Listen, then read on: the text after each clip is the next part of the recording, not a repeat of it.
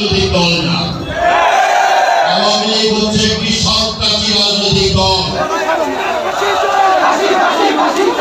খুনি হাসিনা যারা সহযোগী তারা কিন্তু এখনো বিভিন্ন জায়গায় আত্মগোপন করে রয়েছে। তাদেরকে অনতিবিলম্বে গ্রেফতার করে দৃষ্টান্তমূলক শাস্তি হোক।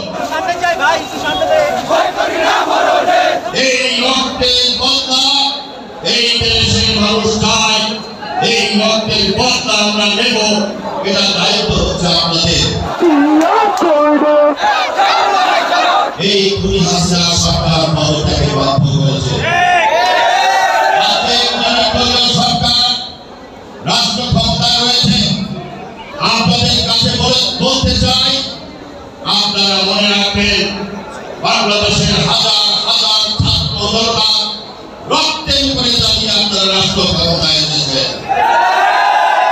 আপনাদেরকে মনে রাখতে হবে এই রক্তের বদলা এই দেশের মানুষ চায়, এই রক্তের বদলা আমরা নেব, এটা দায়িত্ব হচ্ছে আপনাদের। জনগণ আপনাদেরকে দায়িত্ব দিয়েছে। আমার বরিশালে আব্দুল্লাহ আবিদ জাতীয় গীত পাস করেছে। এই জাতীয় গীত আমাদের বরিশালে আরো অনেক ছাত্র হয়েছে।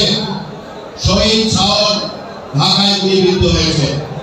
শহীদ সিফাত, শহীদ জাহিদুল ইসলাম,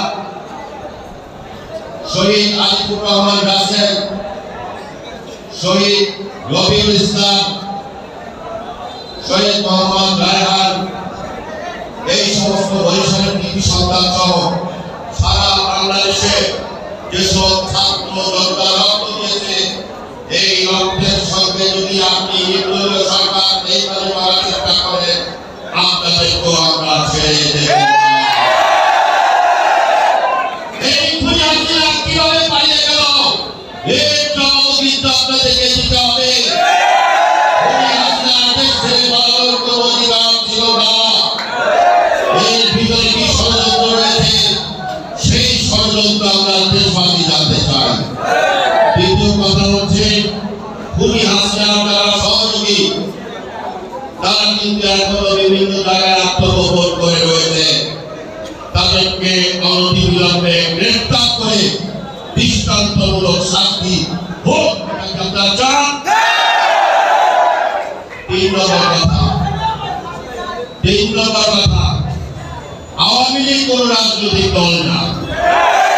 আওয়ামী লীগ হচ্ছে একটি সন্ত্রাসী রাজনৈতিক দল। আওয়ামী লীগের ইতিহাস হচ্ছে হত্যা, নির্যাতন, খুন, ধর্ষণ, চাঁদাবাজি, মাস্তানি, বছরে লুটপাট করে, চাঁদাবাজি করে, ধর্ষণ করে, ছাত্র জনতাকে হত্যা করে, জোর করে মানুষের ভোটের অধিকার ছিনিয়ে নিয়ে যাওয়া, মানুষের গণতান্ত্রিক মৌলিক অধিকার বন্ধন করে